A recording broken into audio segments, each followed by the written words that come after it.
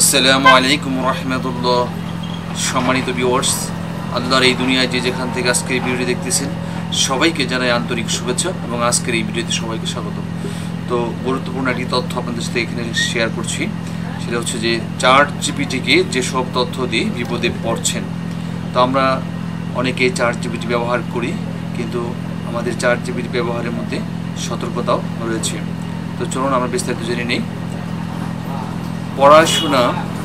পড়াশোনা থেকে শুরু করে অফিসের কাজ, ফেসবুকের ক্যাপশন ঠিক করা থেকে শুরু করে রিসার্চ পেপার তৈরির কাজ, যাই হোক না কেন সবার নিত্যদিনের সঙ্গী হয়ে উঠেছে চ্যাট জিপিটি।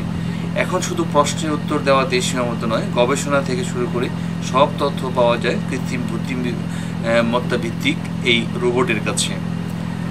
তারপর হচ্ছে যে জীবন যাপন সহজ করে দিলেও এর রয়েছে অনেক ঝুঁকি। আধুনিক যুগে তথ্যই হলো বড় সম্পদ, আর এই তথ্য অসাবধানতা বশত ভুল কারো কাছে চলে গেলে আপনার ক্ষতি হতে পারে।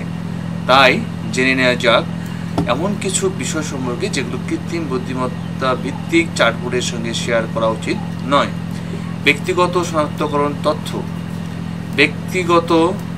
শনাক্তকরণ তথ্য হলো এমন যে কোনো তথ্য যা কারো পরিচয় স্পষ্টভাবে নির্ধারণ করে, যেমন ব্যবহারকারীর নাম, জন্ম তারিখ, জাতীয় পরিচয়পত্র নম্বর, তারপর ঠিকানা, ফোন নাম্বার, ইমেল অ্যাড্রেস ইত্যাদি। চ্যাটবোর্ডগুলো ইচ্ছাকৃতভাবে এইসব তথ্য সংরক্ষণ না করলেও তথ্য ফাঁসের মতো ঘটনার ঝুঁকি থেকেই যায়।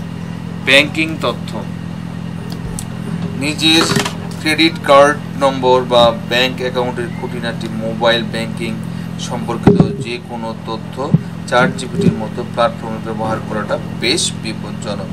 এ ধরনের তথ্য ফাঁস হলে অসাধু লোকেরা এইসব তথ্য ব্যবহারের মাধ্যমে ব্যাংক জালিয়াতি করে আপনার ব্যাংক হিসাবে অর্থ খালি করে দিতে পারে।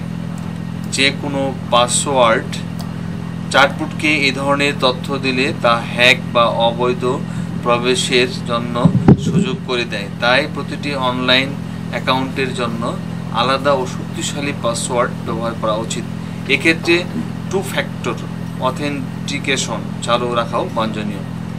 গোপনীয় তথ্য, কৃত্রিম বুদ্ধিমত্তা ভিত্তিক এই চ্যাটবোর্ডগুলো মানুষের মতো বিবেক দিয়ে কিছু চিন্তা করে না বা প্রেক্ষাপট বুঝে না, ফলে গোপন বা ব্যক্তিগত তথ্য এআই ব্যবহার করলে তা অনিচ্ছাকৃতভাবে ফাঁস হয়ে যাওয়ার সম্ভাবনা থেকেই যায়।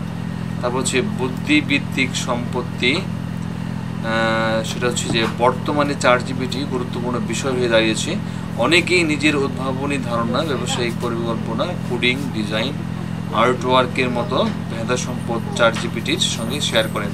পরে এইসব তথ্য এআই সংরক্ষিত ডেটা হিসেবে ব্যবহৃত হতে পারে, এমনকি অন্যের কাছেও তা পৌঁছে যেতে পারে।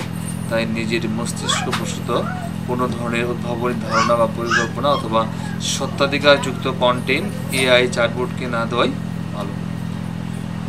তো আজকে ভিডিওটি পর্যন্ত, ভালো থাকবেন সবাই। আল্লাহ হাফিজ। আসসালামু আলাইকুম রহমতুল্লাহ।